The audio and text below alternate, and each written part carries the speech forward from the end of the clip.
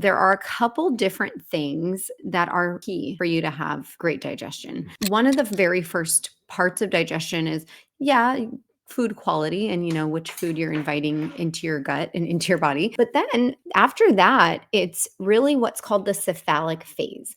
We have this cephalic phase, and it really is when your brain and your nervous system are engaged in really any senses. So if you're seeing, smelling, touching, hearing, if you get to tasting the food, that accounts for a 20 to 30% of the digestive juices that are released even before you start eating.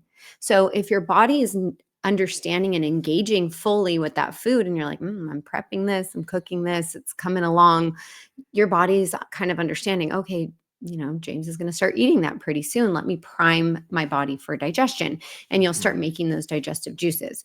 Well, if you're so preoccupied stressing of like, oh shoot, no, I got to put that back. I can't eat that cucumber with this bean. And that's going to distract you. Your cephalic phase is probably deregulated at that time, dysregulated, downregulated. So right there, I think that can kind of offset your digestion of what we know is an important part of your digestion. And then from there, say you are in that parasympathetic rest and digest, feed and breed mindset, and you're ready to break down the food really well, then you want to be focused fully on the food. Again, not be distracted, because the next logical step in digestion is chewing. So we're using your mouth as that next part of digestion. You're using your teeth to physically masticate, to chew, to break down that food.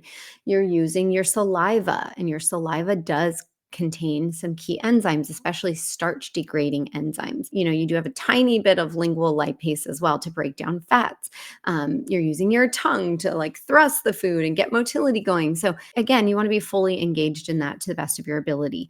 And from there, again, making sure that you're eating in a relaxed state. So that way the rate of which the food is moving through your GI tract isn't too fast, because your body's stressed and it's like, get it out now.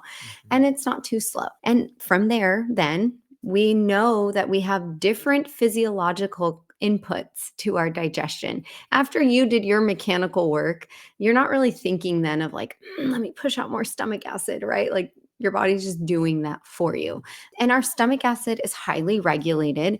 It takes a lot to change the pH of the stomach, unless you have bacterial overgrowth or ulcers, or you're on a proton pump inhibitor. You're pretty much going to be making a solid amount of acid.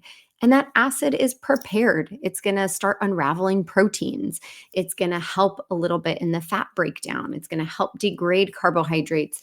And it's not just the acid in the stomach. The stomach is a muscle that actually churns the food and physically is breaking down the food as well.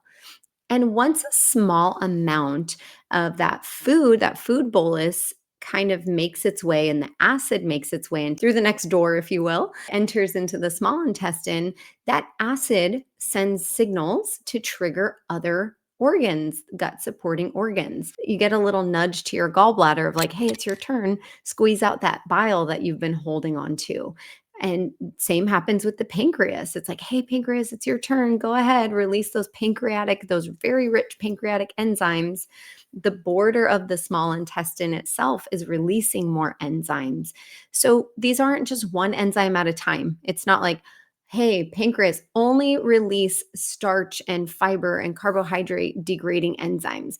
Your pancreas is releasing, pancreatic lipase, pancreatic amylase. There's proteases that are being released as well. Same with your lining of your small intestine. So your body's not like, hold on, one at a time, right? It's prepared to take on all of these macronutrient components at the same time. It's very intelligent. It can absorb vitamins, minerals. Like, we don't need to be so micromanaging of the gut. Like, it knows what it's doing.